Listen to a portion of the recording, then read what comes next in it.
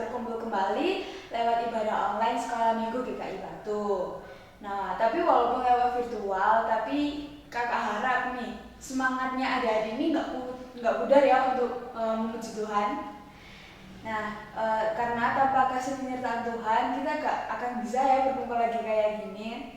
Nah, terus adik-adik ini udah siap belum nih untuk memuji Tuhan bareng-bareng? Nah, kalau udah siap, yuk kita bangkit berdiri. Mari kita nyanyikan lagu Memuji Tuhan Selalu.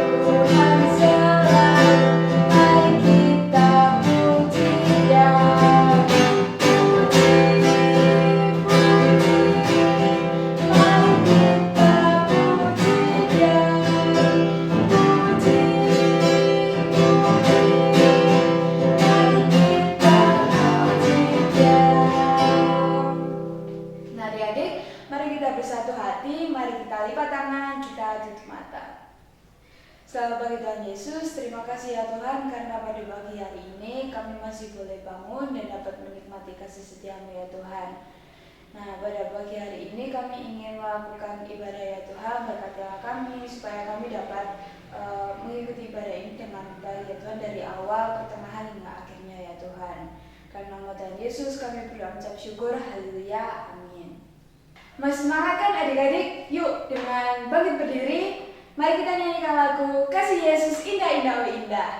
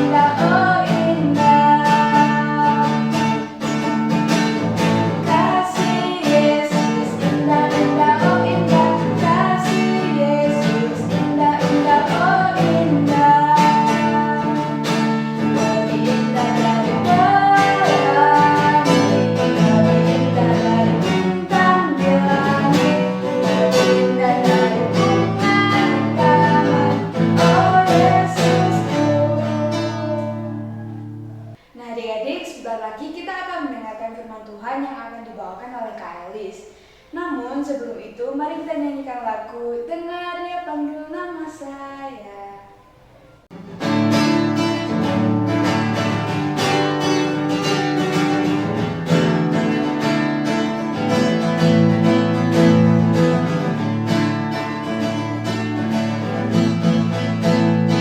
Dengar dia panggil nama saya.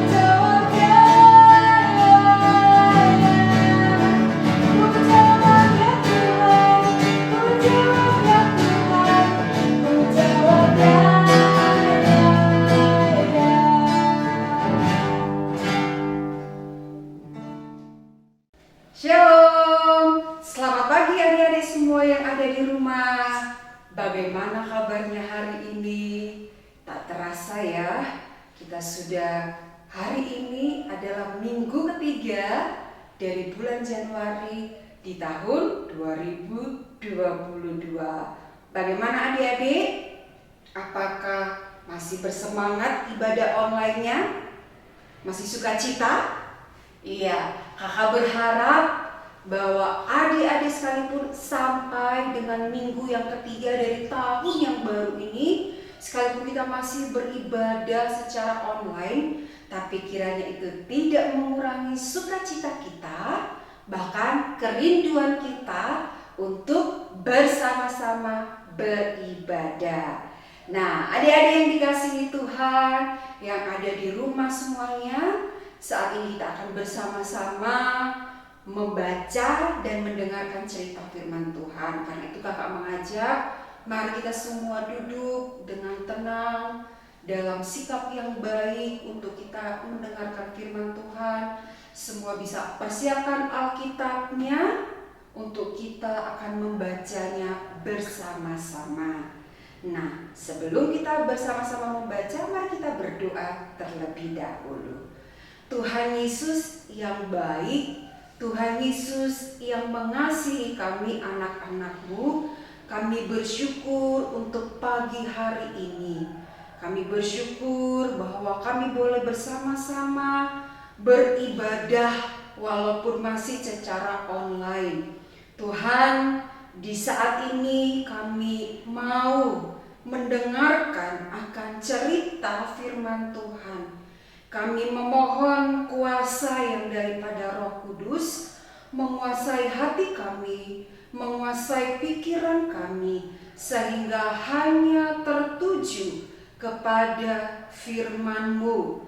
Dan biarlah Tuhan melalui cerita firman Tuhan yang akan kami baca dan kami dengarkan di pagi hari ini, itu boleh memberkati kami semua. Terima kasih Tuhan Yesus, hanya di dalam nama Tuhan Yesus kami berdoa dan mengucap syukur kepada Bapa di surga. Amin. Ya adik-adik, mari kita bersama-sama membuka Alkitab kita dari kitab Yohanes pasal yang ke-9 ayat yang ke-1 sampai dengan ayat yang ke-11.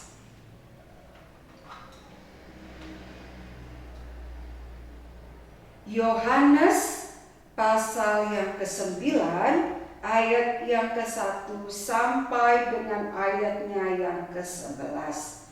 Adik-adik, kakak akan membacakan untuk adik-adik semua yang ada di rumah. Karena itu adik-adik dapat menyimak pada Alkitab masing-masing. Ya, di bawah perikop orang yang buta sejak lahirnya. Waktu Yesus sedang lewat, ia melihat seorang yang buta sejak lahirnya. Murid-muridnya bertanya kepadanya, "Rabi, siapakah yang berbuat dosa? Orang ini sendiri atau orang tuanya sehingga ia dilahirkan buta?" Jawab Yesus, "Bukan dia dan bukan juga orang tuanya, tetapi karena pekerjaan-pekerjaan Allah harus dinyatakan di dalam Dia. Kita harus mengerjakan pekerjaan Dia yang mengutus aku. Selama masih siang akan datang malam, di mana tidak ada seorang pun yang dapat bekerja. Selama aku di dalam dunia, akulah terang dunia."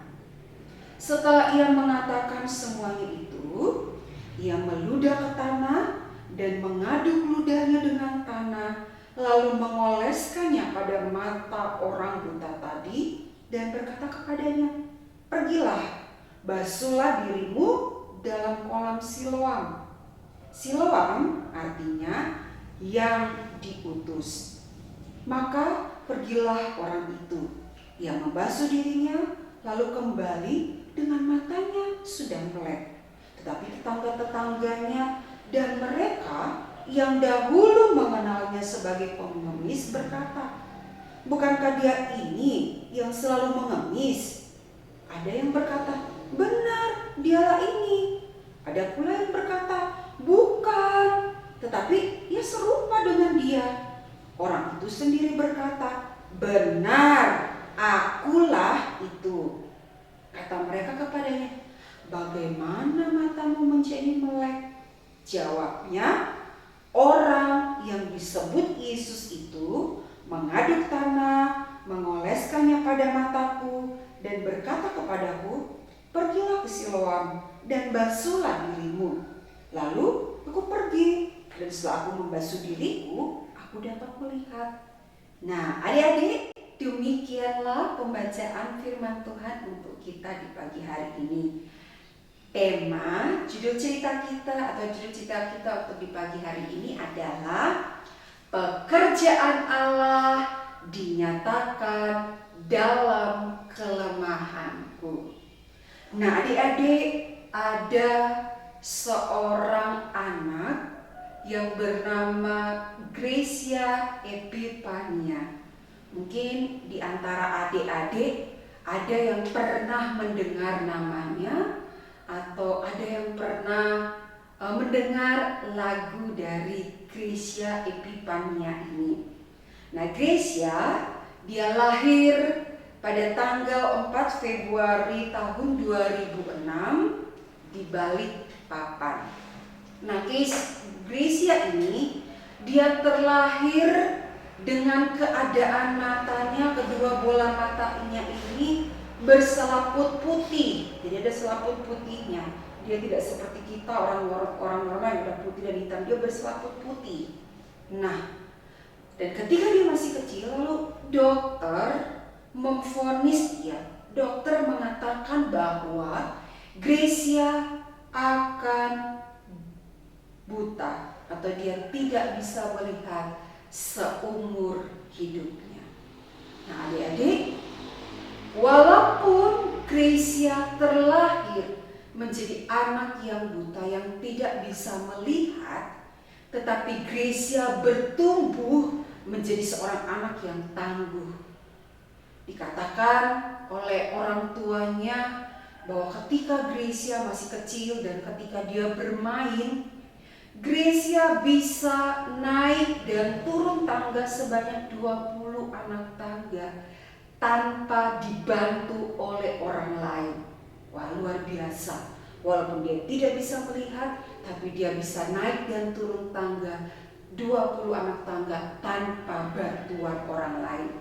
Bahkan Gracia ketika dia masih berumur 1 tahun, kalau 1 tahun masih kecil ya adik-adik, masih umur 1 tahun dia sudah belajar nyanyi. Dia senang bernyanyi, dia belajar menyanyi, dan Gracia ini memiliki suara yang sangat merdu sekali. Dan ketika dia berusia 3 tahun, dia mulai belajar bermain piano. Dan sekarang Gracia sudah pandai dalam bermain piano, sekalipun dia buta, tetapi dia pandai bermain piano dan juga bernyanyi dengan suara yang sangat merdu. Sehingga pada tahun 2013 dan di tahun 2014 Gracia mendapatkan banyak prestasi. Kebutaan dia, kondisi fisik dia yang lemah tidak menghalangi dia untuk menjadi anak yang berprestasi. Di tahun 2013 dan 2014 dia mengikuti beberapa lomba dan dia mendapatkan juara. Ada yang dia mendapatkan juara 1, juara 2, juara 3, baik itu di dalam lomba penyanyi anak Indonesia tingkat nasional di Kalimantan Timur. Lalu dia pernah ikut lomba menyanyi solo di Semarang. Lalu dia pernah juga nyanyi lomba piano dan singing contest di Balikpapan. Dia mendapatkan juara. Jadi semua itu tidak menghalangi dia untuk menjadi anak yang berprestasi. Dan kelebihan lain yang juga dimiliki oleh Gracia adalah dia memiliki daya ingat yang luar biasa. dia memiliki daya ingat yang tinggi, yang berbeda dengan teman-temannya. Dia mampu mengingat nama-nama teman-temannya sekalipun dia tidak bisa melihat. Dan bahkan sampai dengan hari ini, Gracia menjadi motivator yang menginspirasi banyak orang di berbagai tempat. Melalui apa? Melalui kesaksian hidupnya, melalui setiap lagu-lagu yang Gracia nyanyikan. Kalau adik-adik ingat, ada satu lagunya yang berjudul Walau Ku Tak Dapat Melihat. Itu terinspirasi dari keadaan dia yang dia tidak bisa melihat. Yang dikatakan, walau ku tak dapat melihat. Walaupun dia tidak bisa melihat, tetapi dia percaya, dia berharap kepada Tuhan. Dan Tuhan memakai dia dengan luar biasa. Melalui setiap lagu-lagu yang dia nyanyikan, melalui setiap kesaksian yang dia sampaikan, ada banyak orang yang diberkati hidupnya. Gracia juga sering mengalami ejekan dari orang-orang lain ketika mereka melihat kondisi fisiknya. Bahkan ketika dia keluar rumah, berjalan-jalan bersama dengan orang tuanya, lalu bertemu dengan orang-orang di sekitar, mereka melihat dia juga dengan pandangan yang aneh. Tapi Gracia tidak pernah marah. Dia tidak pernah mengeluh, bahkan dia tidak pernah menyalahkan mamanya. Dia tidak pernah berkata, ini pasti salah mama. Ketika aku dalam kandungan mama pasti makannya tidak bergizi, mama pasti tidak pergi berobat ke dokter, tidak memeriksakan kandungan, makanya aku lahirnya seperti ini. Dia tidak pernah berkata demikian. Tapi Gracia selalu bersyukur. Dia berharap, dia anak yang rajin berdoa, sehingga Tuhan memakai kelemahannya dia itu menjadi sesuatu yang luar biasa, berkat bagi banyak orang. Nah, adik-adik yang dikasihi Tuhan, cerita firman Tuhan yang kita baca di pagi hari ini, yang tadi kita telah baca dari Yohanes pasal 1 ayat 1 sampai dengan ayatnya yang ke-11, ini juga bercerita tentang seseorang yang juga mengalami buta sejak lahir. Nah, pada suatu ketika Yesus sedang berjalan bersama-sama dengan muridnya di bait Allah, lalu mereka melihat ada seorang buta yang duduk di situ. Karena dia buta, dia tidak bisa melakukan apa-apa, dia duduk dan mengemis di situ untuk meminta bantuan kepada orang-orang yang lewat. Nah, Yesus dan murid-muridnya kemudian melihat orang buta ini. Nah, ketika melihat orang buta ini, lalu murid-muridnya berkata, mari kita lihat di dalam ayat yang kedua, adik-adik.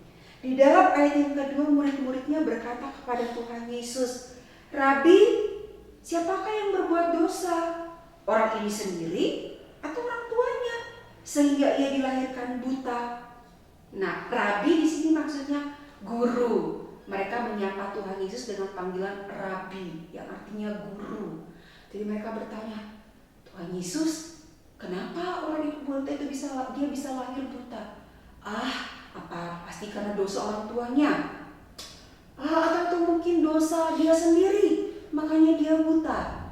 Nah, adik-adik, pada waktu itu orang-orang pada zaman itu menganggap atau mereka berpikir bahwa kalau seseorang itu kondisi fisiknya itu tidak sempurna, misalnya dia buta seperti cerita ini, atau dia lumpuh, atau dia tuli, atau mungkin dia mengalami sakit yang berat, bagi orang-orang pada waktu itu, itu berarti pasti karena orang tuanya buat dosa, makanya akibatnya anaknya lahirnya jadinya cacat.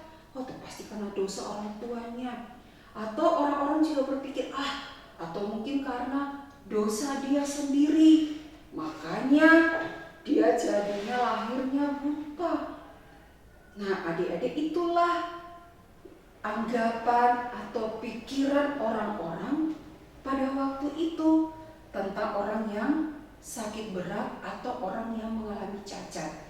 Mereka beranggapan bahwa itu pasti disebabkan karena dosa.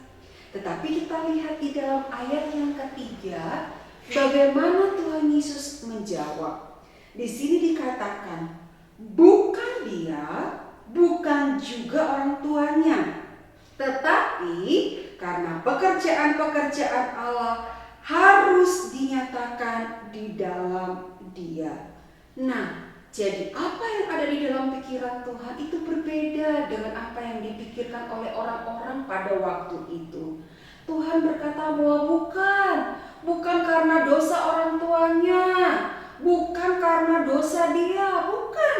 Tetapi karena pekerjaan Tuhan harus dinyatakan melaluinya. Wah, ada dia pasti di rumah berpikir, ih Kak, maksudnya apa sih Kak? Pekerjaan Tuhan harus dinyatakan melalui dia. Apa sih maksudnya Kak? Pekerjaan yang bagaimana? Pekerjaan apa Kak?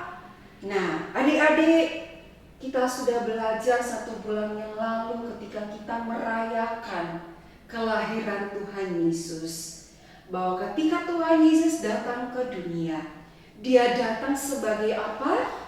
Sebagai juru selamat yang menyelamatkan kita orang yang berdosa. Dia sebagai juru selamat yang datang untuk menolong kita yang ada di dalam kesulitan, yang ada di dalam kelemahan.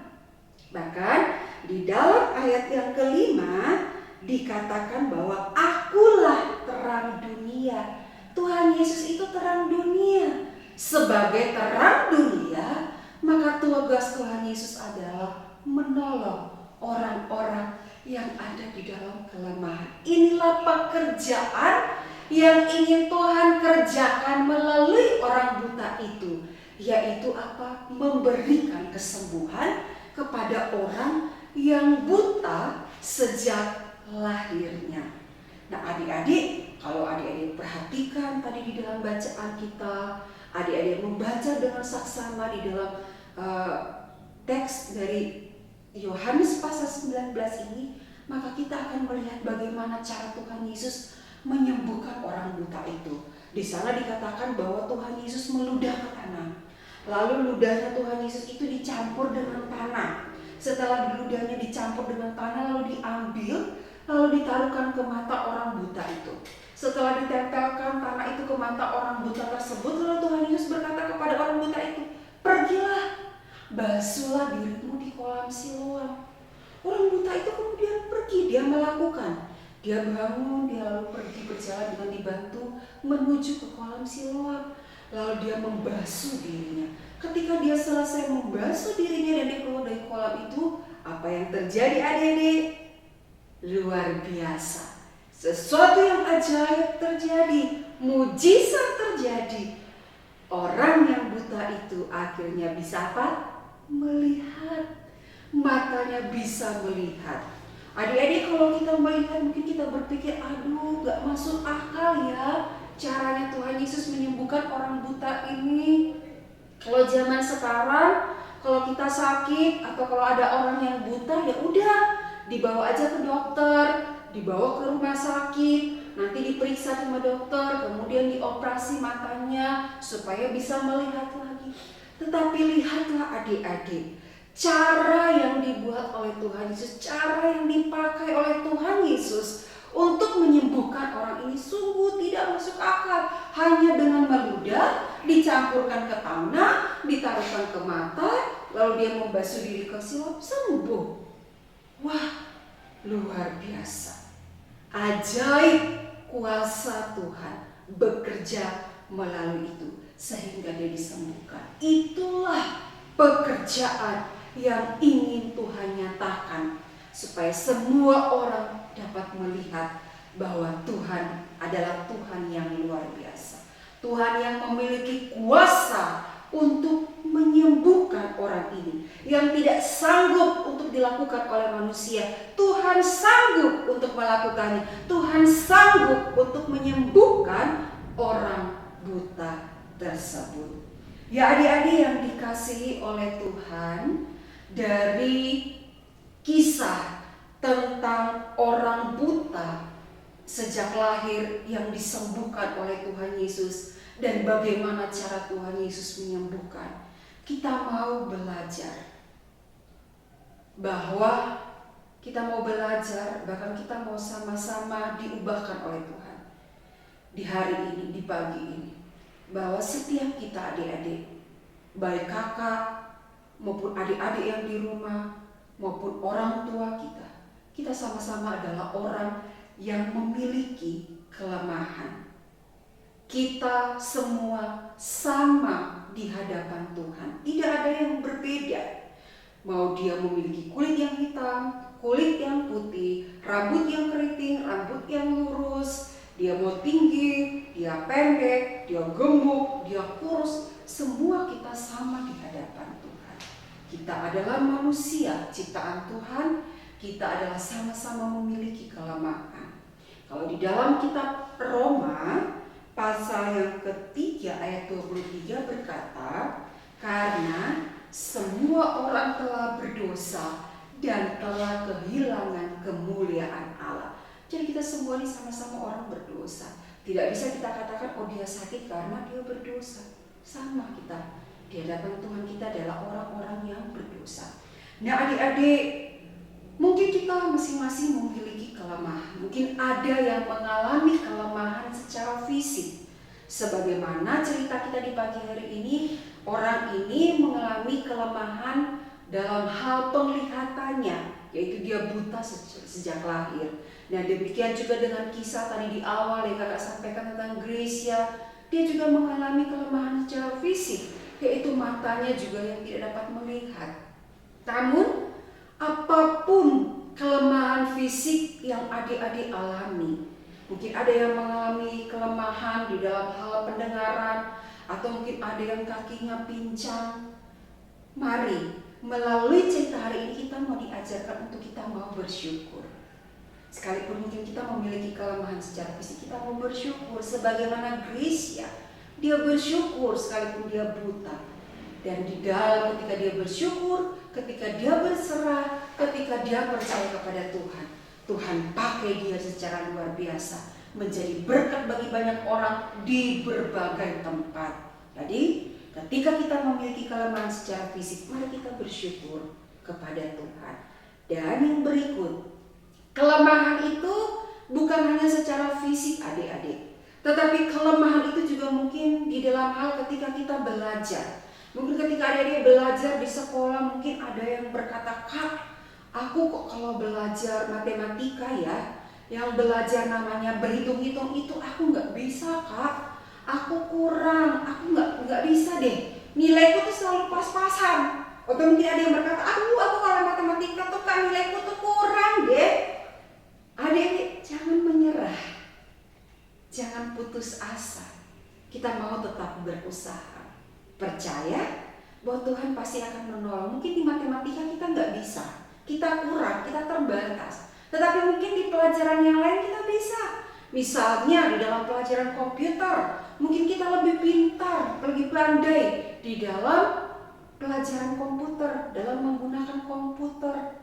Atau mungkin di dalam pelajaran olahraga, kita mungkin pintar bermain basket, kita pintar bermain futsal, kita pintar bermain badminton. Atau mungkin ada yang memiliki kepintaran, keahlian, mungkin dia pintar menggambar. Nah, semuanya itu Tuhan berikan untuk memperlengkapi kita di tengah-tengah kelemahan lain yang kita tidak bisa. Di matematika kita tidak bisa, tetapi di olahraga ataupun di dalam menggambar kita bisa. Tuhan tetap memperlengkapi kita. Karena itu kita jangan menjadi cepat putus asa. Kalau di satu hal kita tidak bisa, kita jangan cepat putus asa, tetapi kita mau berusaha. Ketika kita sudah mampu di satu bidang yang lain dalam pelajaran, maka mari kita juga mengusahakan, kita berikan yang terbaik. Dan yang berikutnya lagi, kelemahan itu bukan juga hanya di dalam hal belajar atau di dalam hal fisik, dalam cara kita berpikir adik-adik. Kita juga seringkali mengalami kelemahan di dalam cara kita berpikir. Sebagaimana tadi dalam cerita ini tentang orang-orang yang pada waktu itu berpikir bahwa orang yang buta itu pasti disebabkan karena dosa orang tua. Itu karena cara berpikir mereka. Nah, mungkin kita juga saat ini seperti itu. Mungkin kita juga lemah di dalam cara berpikir ketika kita melihat seseorang yang kurang, yang lemah secara fisik, yang buta, yang tuli, yang lumpuh, lalu kita mulai mengejek mereka. Kita mulai mengata-ngatai mereka. Bahkan mungkin kita mulai menjauhi mereka. Kita nggak mau berteman. Kita memandang mereka dengan pandangan yang aneh. Karena kita merasa, oh dia beda sendiri dari saya. Saya nggak mau berteman sama dia. Kita kemudian mengejek. Nah, mengejek, menghina, mengata-ngatai teman itu sudah termasuk di dalam apa namanya? Membuli. Kita sudah membuli teman kita, sesama kita, dan itu tidak boleh kita lakukan. Membuli teman kita, mengejek orang yang memiliki kekurangan daripada kita. Ingat, ketika Tuhan Yesus menciptakan kita, di dalam Kejadian 1 ayat 31, setelah Tuhan Yesus selesai menciptakan seluruh ciptaannya, Tuhan Yesus berkata, sungguh amat baik. Artinya apa, adik-adik? Artinya bahwa adik-adik dan kakak dan semua kita yang diciptakan oleh Tuhan, kita ini baik. Kita ini ciptaan yang baik. Kita ini ciptaan yang indah. Kita ini ciptaan yang sempurna bagi Tuhan. Jadi tidak ada yang buruk, tidak ada yang jelek, sehingga kita tidak boleh membuli sesama kita yang memiliki kekurangan. Demikian juga di dalam Yesaya pasal 43 ayat yang ketiga berkata, oleh karena engkau berharga di mataku, mulia, dan aku ini mengasihi engkau. Kita ini berharga loh adik-adik. Kakak dan adik-adik, orang tua, kita semua berharga di mata Tuhan. Kita ini mulia, Tuhan katakan, kita ini mulia loh. Dan Tuhan mengasihi kita. Sehingga karena itu kita tidak boleh mengejek sesama kita, menghakimi sesama kita. Nah, karena itu pikiran kita yang lemah ini mau juga kita berikan untuk Tuhan ubahkan, sehingga kita tidak lagi mengejek sesama kita. Pikiran kita tidak lagi mengata-ngatai teman-teman kita, membuli teman-teman kita, tetapi pikiran kita yang lemah ini, cara berpikir kita yang lemah ini mau diubahkan oleh Tuhan untuk melihat sesama kita adalah ciptaan yang indah, yang sempurna, yang berharga di mata Tuhan. Nah, adik-adik, jadi melalui cerita kita di hari ini tentang pekerjaan Allah dinyatakan di dalam kelemahan, maka percayalah, apapun kelemahan yang adik-adik alami saat ini, percayalah, pekerjaan Tuhan akan dinyatakan di dalamnya. Kalau kita memiliki kelemahan secara fisik, mari kita bersyukur. Tuhan pasti akan memakai kita menjadi berkat, sebagaimana Gracia Tuhan pakai menjadi berkat bagi banyak orang. Kalau kita lemah di dalam belajar, mungkin dalam belajar matematika, Tuhan perlengkapi kita mungkin di dalam pelajaran yang lain. Kita bisa di pelajaran yang lain. Mungkin kita lemah di dalam cara berpikir kita yang suka membuli, mengejek orang lain, mau diubahkan oleh Tuhan. Ya, adik-adik, kiranya cerita di pagi hari ini boleh membawa kita, apapun kelemahan yang kita alami, kita mau tetap bersyukur. Kita mau tetap berserah, kita mau berharap, dan kita mau berdoa, memohon pertolongan daripada Tuhan. Amin. Ya, adik-adik, kita akan bersama-sama menghafal ayat hafalan untuk minggu ini yang terambil. Mari kita buka dari kitab 2 Korintus pasal yang ke-12 ayat yang ke-9 bagian A. 2 Korintus 12 ayat 9a dimulai dari kata cukuplah. Mari kita membaca. Kalau adik-adik sudah dapat, kita baca bersama-sama ya adik-adik. Walaupun adik-adik dari rumah, tapi adik-adik bisa membacanya bersama-sama. 2, 3. Cukuplah kasih karuniaku bagimu, sebab justru dalam kelemahanlah kuasaku menjadi sempurna. Sekali lagi, cukuplah kasih karuniaku bagimu, sebab justru dalam kelemahanlah kuasaku menjadi sempurna. Ya adik-adik, untuk aktivitas kita di minggu ini adalah adik-adik bisa menghafalkan ayat hafalan. Nah, ayat hafalannya untuk minggu ini kita akan buat sedikit berbeda. Adik-adik bisa menghafalkannya dengan menggunakan gerakan yang sekreatif mungkin. Adik-adik buat menghafalkan ayat hafalannya dengan menggunakan gerakan. Tujuannya apa? Untuk memudahkan adik-adik untuk lebih mudah mengingat ayat hafalan tersebut kalau kita memakai gerakan. Jadi kita lebih mudah mengingat dan menghafalkan karena ada gerakannya. Jadi adik-adik bisa membuat dengan gerakan yang sekreatif mungkin yang adik-adik ciptakan sendiri. Adik-adik buat dalam bentuk video, lalu adik-adik kirimkan ke grup WA ya. Kakak nantikan ya. Nah, kakak kasih contoh. Misalnya nih seperti ini, tapi adik-adik boleh bebas membuat menurut kreasi adik-adik. Misalnya seperti ini. 2 Korintus 12 ayat 9a.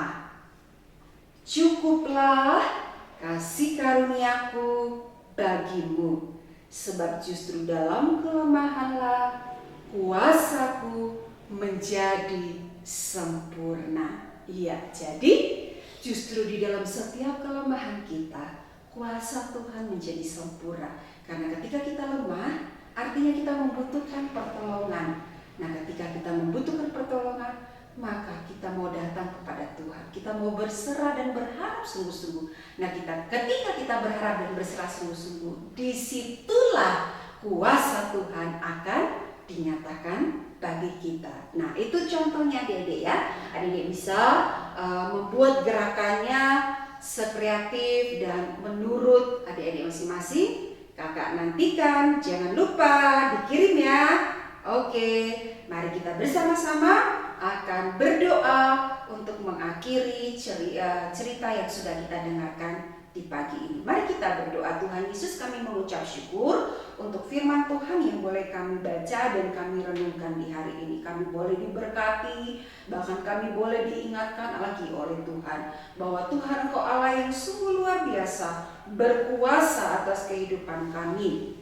Bahwa di tengah-tengah segala kelemahan yang kami miliki, Tuhan ajar kami untuk kami mampu bersyukur atas setiap kelemahan yang kami miliki. Dan kami mau tetap percaya, kami mau tetap berharap dan berserah kepada Tuhan bahwa setiap kelemahan kami, Tuhan dapat memakainya, menyatakan kuasa-Mu hanya demi kemuliaan akan nama-Mu. Karena itu Tuhan tolong kami, Tuhan mampukan kami anak-anak-Mu untuk kami boleh senantiasa berharap dan melakukan firman-Mu di dalam kehidupan kami. Berkatilah setiap adik-adik yang mendengarkan cerita firman Tuhan secara online di hari ini. Tuhan berkati mereka di dalam seluruh kehidupan mereka, di dalam seluruh keberadaan yang mereka alami saat ini. Tuhan Yesus, Tuhanlah yang melihat dan mengetahuinya. Oleh karena itu Tuhan, dengarlah setiap apa yang menjadi doa mereka, apa yang menjadi kerinduan mereka. Tuhan dengar, Tuhan jawab, dan Tuhan buka jalan sesuai dengan kehendak-Mu. Berkatilah setiap anak-anak sekolah minggu GKI, agar mereka hari lepas hari boleh bertumbuh di dalam iman, di dalam pengenalan yang benar akan Tuhan, bahkan di dalam kasih kepada Tuhan. Terima kasih Bapa, terpujilah Engkau Allah kami, di dalam nama Tuhan Yesus kami berdoa. Amin. Nah adik-adik, bagaimana tadi firman Tuhannya? Nah, tadi kita diajarkan Tuhan untuk tetap bersyukur untuk kelemahan kita. Karena dari kelemahan kita, pasti Tuhan memberikan kelebihan di bidang yang lainnya. Amin. Nah adik-adik, sebentar lagi kita akan memberikan persembahan. Yuk kita siapkan persembahan kita. Nah, nanti persembahan adik-adik dimasukkan di dalam amplop dan nanti dijadikan satu dengan milik Papa dan Mama. Nah, untuk mengiringi persembahan kita pada pagi hari ini, mari kita nyanyikan lagu Bersyukur kepada Tuhan.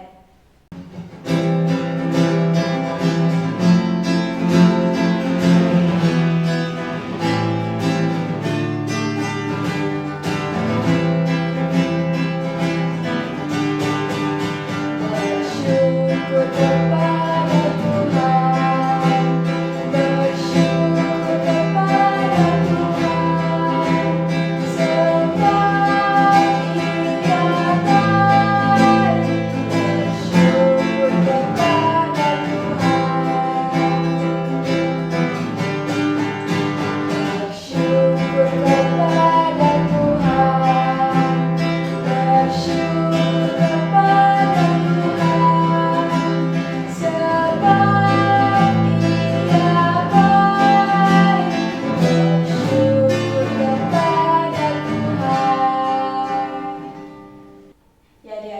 hari kita, lipat tangan kita, tutup mata.